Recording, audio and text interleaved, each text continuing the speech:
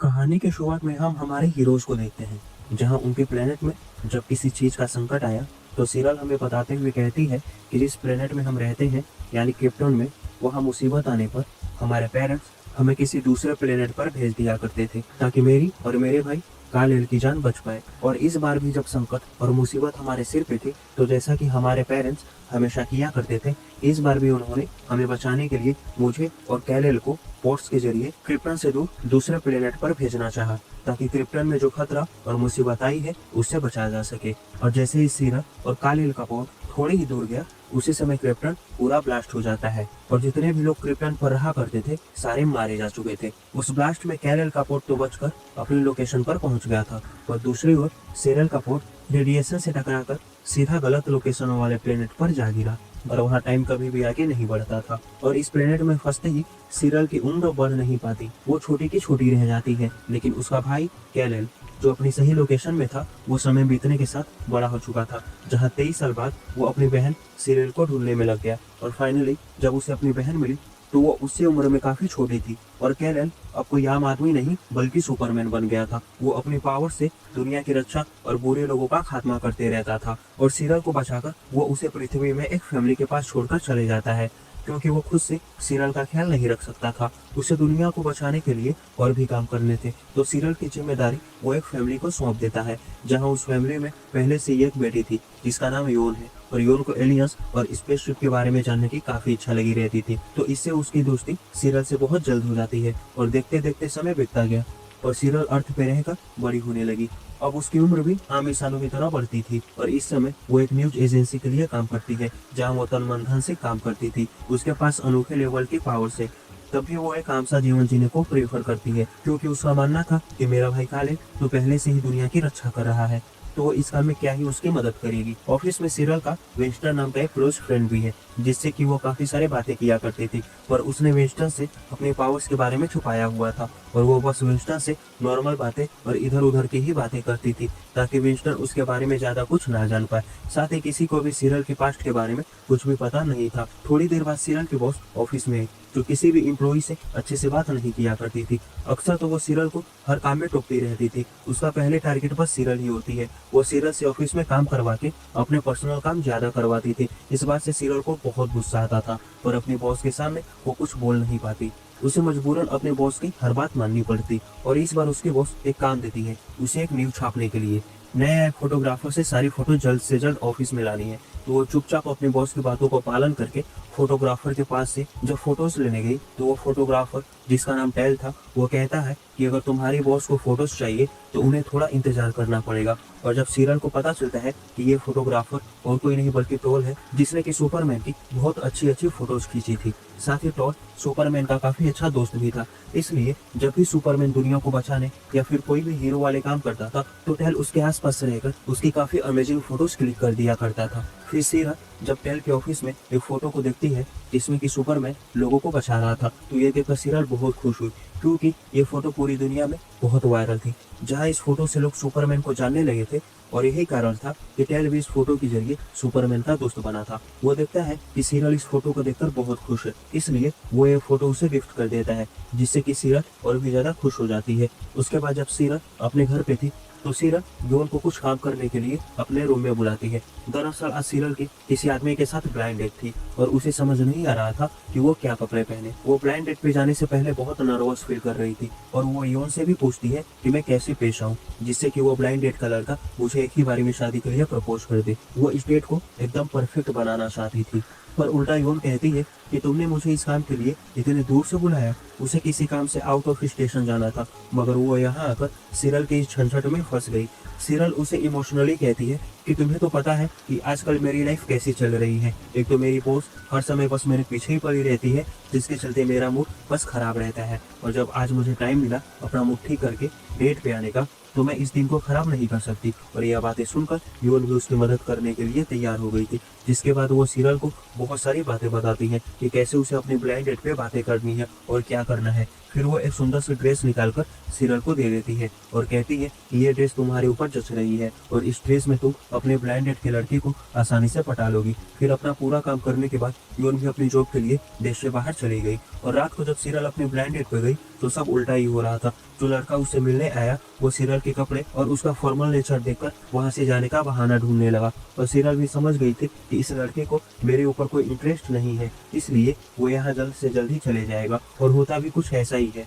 वो लड़का वहाँ से चला जाता है, जिसके बाद सीरल का पूरा दिन ही खराब हो गया था। वो बहुत निराश थी। वो सोच रही थी कि कब मेरे भी अच्छे दिन आएंगे। तभी उसकी नज़र वहाँ टीवी पर पड़ती है, जिसमें कि एक न्यूज चल रही थी कि एक फ्लाइट जो कि अभी अभी एयरपोर्ट से दूसरी कंट्री के लिए टेक ऑफ हुई है, उसके इंजन में कुछ खराबी आ गई है और जल्दी अगर उस फ्लाइट के क्रू मेंबर्स ने डिसीजन नहीं लिया तो बहुत बड़ा हादसा हो सकता है, जिसमें कि कई हजारों लोगों की मौत हो सकती है। और ये खबर सुनकर सीरल भी हैरान और परेशान हो गई, क्योंकि उसी फ्लाइट में उसकी बहन योन भी दूसरी कंट्री के लिए ट्रेवल कर रही थी और वो नहीं चाहती थी कि मेरी बहन की जान इस फ्लाइट क्रैश से हो। इसलिए वो तुरंत वहां से निकलकर एक ऐसे इलाके में आई जहां आसपास कोई भी आदमी नहीं था। वो कई सालों बाद अपनी पावर्स यूज करके उड़ने की कोशिश करती है और बड़ी ही मुश्किल से वो बिल्डिंग से टकराते हुए अपनी पावर से उड़ पाती है। वो सीधा उस फ्लाइट के पास गई जिसका इंजन फेल हो चुका था और वो उस एरोप्लेन को बचाने की कोशिश में लग जाती है। वो उसके नीचे आकर अपनी पूरी पावर का यूज करके अकेले ही उस प्लेन का पूरा भार उठाती है, पर इसे कोई फायदा नहीं होता। फिर वो पूरे प्लेन की ही दिशा को बदल के उसे पानी की तरफ ले जाने लगी और इस बार उसका ये प्लान काम करता है। वो पूरी फ्लाइट को सुरक्षित पानी में लैंड करवा देती है, जिससे कि किसी भी पैसेंजर्स या क्रू मेंबर की जान नहीं जाती। फ्लाइट के सारे लोग बाहर देखने लगे कि हम सबको किसने बचाया है, तो उन्हें पता चलता है कि कोई नया सुपर हीरो है और ये लड़की है। और एरोप्लेन की खिड़कियों में पानी लगा था, इसलिए कोई भी आदमी सीरल का चेहरा देख नहीं पाता और इससे उसकी आइडेंटिटी रिवील नहीं होती। पर उसी फ्लाइट में योन भी थी, जो कि समझ गई थी कि ये किसका काम है। उसे सीरल के पावर्स के बारे में पता था और उसे अंदाजा हो गया था कि ये सीरल ने ही किया होगा, इसलिए अंदर ही अंदर वो बहुत खुश होती है कि मेरी बहन ने आज हजारों लोगों की जान बचाई। घर आकर जब सीरल टीवी देखती है तो उसे वही न्यूज दिखती है जिसमें कि उसने पूरे एरोप्लेन को बचाया था और पूरे मीडिया में बस उसी सुपर हीरो के चर्चे हो रहे थे। लोग जानना चाहते थे कि ये लड़की कौन है, बट अभी तक किसी को भी उस हीरो के बारे में पता नहीं था। और इस न्यूज को देखते हुए सीरियल बहुत खुश होती है। उसके मन के अंदर यही चल रहा था कि मैं सबको जाके अपनी पावर्स के बारे में बता दूं, पर इससे उसकी आइडेंटिटी सीक्रेट नहीं रहने वाली थी। तभी वहाँ योन आई, जिसको सब कुछ पता था और वो थोड़ा सीरियल के लिए परेशान भी थी, क्योंकि उस एरोप्लेन को रेस्क्यू करते वक्त सीरल की जान भी जा सकती थी, पर तब भी उसने खुद पर भरोसा करके उस प्लेन को बचा लिया था। अगले दिन जब सीरल अपने ऑफिस गई तो चारों तरफ बस अफरा तफरी ही चल रही थी। सारे एम्प्लॉय बस बॉस के केबिन के ही चक्कर काट रहे थे, जहां सीरल को भी पता चलता है कि उनके बॉस को उस एरोप्लेन बचाने वाले सुपर हीरो की फोटोज चाहिए और वो अपने सारे एम्प्लॉयज को उस सुपर हीरो की फोटोज लेने के लिए भेज देती है, क्योंकि उसे अपनी कंपनी की टीआरपी किसी भी हाल में बढ़ानी थी और एरोप्लेन बचाने वाली खबर अभी सुर्खियों में चल रही थी।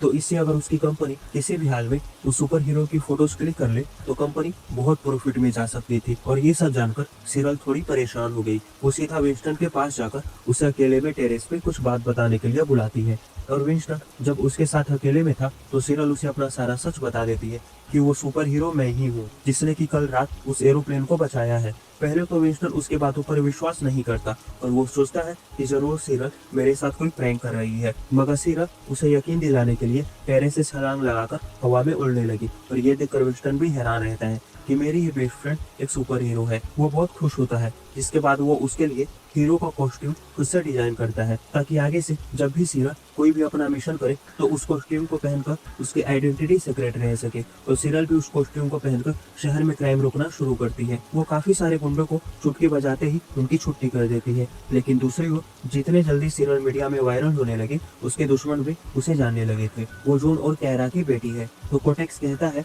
कि अगर ऐसा है तो अब ये सुपर हीरो मेरे हाथों से नहीं बचने वाली और जल्द मैं इसका खेल खत्म कर दूंगा। उधर सीरल जब रात के समय क्राइम को रोक रही थी तभी उसके हाथ में ग्रीन कलर का क्रिप्टोनाइट आके चिपक जाता है, जिसके बाद जब सीरल की आंखें खुली तो वो खुद को एक लैब में पाती है जहाँ एक आदमी उसके सामने खड़ा था और उसको वही ग्रीन क्रिप्टोनाइट से बांध के रखा हुआ था, ताकि सीरल जब अपनी पावर यूज करे तो उसके पावर्स काम ना करे। वो आदमी बताता है कि तुम डीईओ के एक लैब में हो जहाँ तुम सुरक्षित हो और डीईओ एक ऐसा हेडक्वार्टर है जो कि दुनिया में छुपकर एलियंस एक्टिविटी और एलियंस से रिलेटेड काम करती है। तभी वहाँ पे योन है, जिसे देखकर सीरल बहुत हैरान होती है। वो पूछती है कि तुम यहाँ क्या कर रही हो, तो योन बताती है कि मैं इसी ऑर्गेनाइजेशन के लिए काम करती हूँ और मेरा काम यही है कि मैं एलियंस के ऊपर रिसर्च करूँ। उसके बाद वहाँ डीओ के हेड आए जिनका नाम लेथम है। वो सीरल को बताते हैं कि तुमने एक बहुत बड़ी गलती की है जिसके बारे में तुम्हें कोई आइडिया नहीं है। वो उसे वही प्लेनेट दिखाते हैं जिसमें कि सीरल फंसी हुई थी, जहाँ समय रुका रहता है। उस प्लेनेट को फैंटम जोन कहते हैं और वहाँ ऐसी कई जेल है जहाँ दुनिया के सभी खतरनाक गुंडे अपनी सजा काट रहे हैं। लेकिन जब तुम्हें वहाँ से कैलेट यानी सुपरमैन ने रेस्क्यू किया तो उसकी वजह से उस प्लेनेट में एक वार्म होल बन चुका है, जहाँ सारे खतरनाक गुंडों को जेल से निकलने और उस प्लेनेट से भागने का रास्ता मिल गया था, जिसके मदद से वो प्लेनेट से भागकर अर्थ पे चले आए हैं। और वो अब तुम्हारी जान के पीछे पड़े हैं, क्योंकि उनको जेल पहुंचाने वाली और कोई नहीं बल्कि तुम्हारी मॉम कायरा थी, और वो तुम्हारी मॉम का बदला अब तुमसे लेना चाहते हैं। ये सब जानकर अगले दिन जब सीरल अपने ऑफिस गई तो उसे पता चलता है कि मेरी बॉस ने उस एरोप्लेन बचाने वाली लड़की का नाम अब सुपर गर्ल रखा है। लेकिन उसी समय सीरल के दिमाग में किसी की आवाज सुनाई देती है जो कि कोर्टेक्स की थी। वो उसे चिढ़ाते हुए एक लोकेशन पे बुलाता है और सीरल भी वहां जाने के लिए निकल गई, क्योंकि उसे ऐसा लग रहा था कि कोर्टेक्स भी एक मामूली गुंडा है जो मुझे मारना चाहता है, और वो उसे एक हल्का और कम पावरफुल समझकर गलती कर बैठती है। क्योंकि जैसे ही वो कोर्टेक्स की बताई लोकेशन पर गई तो उसके ऊपर कोर्टेक्स का जोरदार हमला होता है, क्योंकि कोर्टेक्स भी कई साल उस फैंटम जोन के जेल में था और उसे जेल पहुंचाने वाला और कोई नहीं कायरा थी, यानी कि सीरल की माँ। तो वो अपना बदला लेने के लिए सीरल पे टूट पड़ता है और उन दोनों के बीच फाइट शुरू होती है और ये लड़ाई बहुत देर तक चलती है। कोर्टेक्स के पास उसकी एक कुल्हाड़ी थी जिसमें कि बहुत पावर के साथ साथ अलग अलग एबिलिटी थी, और उसकी मदद से वो सीरल को काफी जख्मी कर देता है। वो अपने आखिरी बार से सीरल का खात्मा करने ही वाला होता है कि तभी वहाँ डीओ की फोर्स आकर कोर्टेक्स पर हमला करके उसे वहाँ से भगा देती है, जिससे कि सीरल की जान बच गई थी। पर इस लड़ाई के बाद वो खुद को काफी कमजोर और हारी हुई सुपर गर्ल समझती है। वो कहती है कि अब से मैं दुनिया बचाने का काम छोड़कर वापस से एक नॉर्मल सी लाइफ जीना शुरू कर दूंगी ताकि मैं इन झंझट में ना पड़ूं। मगर योन उसे समझाती है कि तुम इतनी जल्दी हार मत मानो, क्योंकि तुम पहली बार ही किसी लड़ाई में हारी हो। पर सीरल तब भी उसकी बातों को इग्नोर करके अपने घर चली जाती है और उसके पीछे पीछे योन भी उसे बार बार समझाती है कि तुम एक सुपर गर्ल हो और दुनिया को तुम्हारी जरूरत है। और बहुत बार कन्विंस करने के बाद फाइनली वो सीरल का इरादा बदल के वापस से उसे सुपर गर्ल बनाने को मना लेती है। वो उसकी मॉम का एक वर्चुअल वीडियो दिखाती है जिसमें कि उसकी मॉम भी सीरल को सपोर्ट करते हुए कह रही थी कि मैं तुम्हारे साथ हूँ, और ये सब देखकर सीरल के अंदर फिर से जोश भर उठता है। वो अब कोर्टेक्स को किसी भी हाल में मारना चाहती थी, जिसके बाद वो कोर्टेक्स की तरफ बढ़ते चली गई। और दूसरी ओर से योन और लेथम सीरल को गाइड करके कोर्टेक्स की लोकेशन का पता बता रहे थे, जिसकी मदद से सीरल अपने दुश्मन तक पहुंच जाती है और फिर से एक बार उन दोनों के बीच फाइट शुरू होती है, जहां दोनों ही अपने अटैक से एक दूसरे पर हमला करते हैं। तो योन सीरल को बताती है कि तुम्हें कोर्टेक्स की कुल्हाड़ी तोड़नी होगी, तभी वो कमजोर हो पाएगा। और ये सुनकर सीरल भी अपनी लेजर से कुल्हाड़ी पर हमला करती है और आसानी से उसकी कुल्हाड़ी तोड़ देती है, जिसे देखकर कोर्टेक्स शॉक रहता है, क्योंकि उसकी सारी पावर्स बस उस कुल्हाड़ी में थी। और अब उसको भी पता था कि मैं अपनी कुल्हाड़ी के बिना सीरल का कुछ भी बिगाड़ नहीं पाऊंगा, इसलिए वो अपनी टूटी हुई कुल्हाड़ी का एक हिस्सा लेकर खुद को मार देता है। मरते वक्त वो कहता है कि तुमने मुझे तो मार दिया, लेकिन तुम मेरे बॉस के सामने टिक नहीं पाओगी। और सीरल उसकी इन बातों को अनदेखा करके अपने पुराने वाले रूटीन पे चली गई, जहाँ ऑफिस में टोल उसे अकेले में बुलाकर बताता है कि मैं जानता हूँ कि तुम वही सुपर गर्ल हो जो कि दुनिया को बचा रही है, और मुझे यहाँ कायरा नहीं भेजा है ताकि मैं तुम पर नजर रख के तुम्हारी मदद कर सकूं। वो उसे सबूत के तौर पर एक ब्लैंकेट देता है जिसमें कि सीरल को कैप्टन ग्रह ब्लास्ट होने से पहले पोर्ट में इसी ब्लैंकेट से लपेटा था। ये सब सुनकर सीरल बहुत खुश होती है, क्योंकि अब उसका कोई करीबी इंसान उसके साथ था। वहीं हम सीरल की आंट को देखते हैं जो कि अर्थ पे अपना कब्जा करना चाहती थी, इसलिए वो एक आदमी को ऑर्डर देती है कि जल्द से जल्द सीरल को मारना होगा ताकि जब मैं अर्थ पे अपना राज करने आऊँ तो मुझे कोई दिक्कत ना आए। और कहानी का ये एपिसोड यहीं पे खत्म होता है। तो दूसरे एपिसोड की शुरुआत में अब सीरल पूरी तरह से एक सुपर गर्ल बन चुकी थी, जहां वो योन और लेथम से किसी चीज के बारे में बात करती है। तभी उसे विंस्टन का कॉल आया जो उसे एक लोकेशन भेजकर कहता है कि इस जगह तुम्हारी जरूरत है, क्योंकि वहाँ बहुत सारे लोगों की जान खतरे में है। ये सुनकर सीरल सीधा उस लोकेशन पर पहुंच गई, जहाँ वो एक आदमी से पूछती है कि आखिर यहाँ पर किस चीज का खतरा है। तो वो आदमी बताता है कि ये जो शिप हमारे सामने है इसके अंदर बहुत सारे केमिकल्स हैं और इस शिप के अंदर अभी आग लगी हुई है, और अगर जल्द ही किसी ने इस आग को नहीं बुझाया तो यहाँ पर बहुत बड़ा केमिकल एक्सप्लोजन होगा और लाखों लोग मारे जाएंगे। सीरल को कुछ समझ नहीं आता कि मैं यहाँ किस तरह से लोगों की मदद करूँ, और वो खुद उस आदमी से पूछती है कि मुझे अभी क्या करना चाहिए। तो बदले में वो आदमी कहता है कि मुझे नहीं लगता तुम्हारी यहाँ जरूरत है, तुम यहाँ से चली जाओ। और अगर तुम्हारी जगह सुपरमैन होता तो वो हमारी इस सिचुएशन में मदद कर पाता। ये सुनकर सीरल अपने मन में सोचती है कि मुझे अब इन सबको यकीन दिलाना होगा कि मैं दुनिया को बचा सकती हूँ। जिसके बाद वो अपनी पावर्स का यूज करके शिप की आग को बुझाने की कोशिश करती है, लेकिन सब उल्टा होता है। वो शिप के आगे वाले हिस्से को ही तोड़ देती है, जिससे कि वहाँ के सारे लोग उसमें बहुत गुस्सा करते हैं, जिससे उस शिप में मौजूद केमिकल्स समुद्र में गिर जाते हैं, जिससे एनवायरनमेंट को बहुत सारा नुकसान होता है। सारे लोग उस पर बहुत गुस्सा करते हैं। शिप को बहुत बड़ा नुकसान सहना पड़ा था, इसलिए सारे न्यूज में यही खबर चलती है कि सुपर गर्ल कोई हीरो नहीं बल्कि एक लूजर है। और शहर के सारे लोग बस सुपर गर्ल के बारे में उल्टी सीधी बातें फैला रहे थे। सीरल भी ये सारी खबर सुनकर बिल्कुल भी खुश नहीं थी। उसे अपनी बदनामी सुनने में बिल्कुल भी अच्छा नहीं लगता। तो विंस्टन उसे सहारा और दिलासा देता है कि तुम ये छोटी मोटी खबरें सुनकर अपना कॉन्फिडेंस लो मत करो। अगली बार तुम जरूर कुछ बड़ा करोगे, जिससे कि लोग तुम्हें फिर से चाहने लगेंगे। तभी उनकी बॉस सारे स्टाफ को अपने केबिन में बुलाकर कहती है कि हमें किसी भी हाल में सुपर गर्ल के साथ एक इंटरव्यू करना होगा, ताकि हम उसे ये बता सके कि वो किस तरह लोगों की मदद कर सकती है। हम उस इंटरव्यू में बाकी न्यूज चैनलों की तरह सुपर गर्ल को ट्रोल नहीं करेंगे, जिससे कि हमारी न्यूज सारे चैनल से अलग नजर आए और यहीं से हमारी कंपनी प्रॉफिट में भी आ सकती है। वो पूरे स्टाफ को यह सारा प्लान समझाती है कि किस तरह हमें सुपर गर्ल से डील करनी है। और दूसरी ओर सीरल टोल को कहती है कि ये सब हमारी बॉस का एक प्लान है, ताकि पहले तो वो उस न्यूज में सुपर गर्ल के बारे में अच्छा आर्टिकल लिखेंगे, उसके बाद जब उसका मन भर जाएगा तो वो सुपर गर्ल को दूसरे न्यूज चैनल्स की तरह ट्रोल करना शुरू कर देंगे। सीरल सीधा कहती है कि मैं किसी भी हालत में सुपर गर्ल बनकर अपने बॉस के लिए इंटरव्यू नहीं दूंगी, वरना उसका मन चाहे तो वो मेरी बदनामी करने में भी कोई कसर नहीं छोड़ेगी।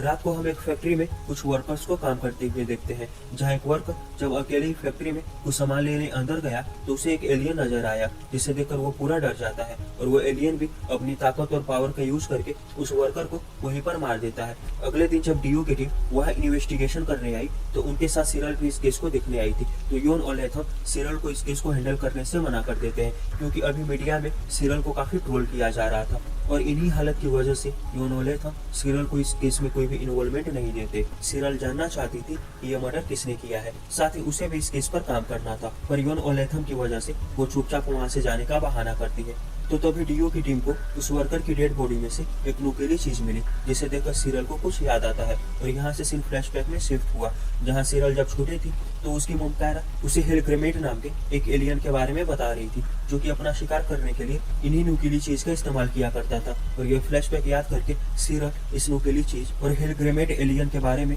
योन और लेथम को बताती है। फिर वो कहती है कि अब मैं हेलग्रेमेट को नहीं छोड़ूंगी और मैं उसे खत्म करके ही वापस लौटूंगी, पर लेथम उसे रोकता है कि तुम अभी कोई भी फैसला नहीं करोगी। सीरल उसकी बातें नहीं सुनती तो गुस्से में आकर योन उसे पंच मार के एक फाइटिंग रूम में ले जाती है, जहाँ चारों तरफ बस ग्रीन क्रिप्टोनाइट की लेयर्स लगी थी, जिससे कि इस रूम में सीरल की कोई भी पावर्स यूज नहीं होने वाली थी। योन कहती है कि अगर तुम्हें हेलग्रेमेट से लड़ने जाना है तो उससे पहले तुम मुझे हरा के दिखाओ, तभी मैं तुम्हें हेलग्रेमेट से लड़ने का अप्रूवल दूंगी। ये सुनकर सीरल सोचती है कि योन को हराना कौन सी बड़ी बात है, जिसके बाद उन दोनों की फाइट शुरू होती है। पर योन एक काफी अच्छी फाइटर थी, जहां वो सीरल को बुरी तरह से पीटती है। सीरल अपनी पावर्स के बिना कुछ भी नहीं थी, इसलिए वो ये उनको टक्कर नहीं दे पाती और आखिर में सीरल ये फाइट हार जाती है, जिसके चलते उसे निराश होकर वहां से जाना पड़ता है। तो दोस्तों, इस वीडियो का पार्ट 1 हम यहीं पे खत्म करते हैं और अगर आपको सेकंड पार्ट देखना हो तो इस वीडियो पर कम से कम 500 लाइक्स जरूर करें। तो दोस्तों, अगर आपको हमारी ये वीडियो अच्छी लगी हो तो हमारे इस चैनल को लाइक और सब्सक्राइब जरूर करें, क्योंकि हमें आपके सपोर्ट की बहुत ज़्यादा ज़रूरत है। तो मिलते हैं हम आपसे अपनी नेक्स्ट वीडियो में, तब तक के लिए टाटा और बाय बाय।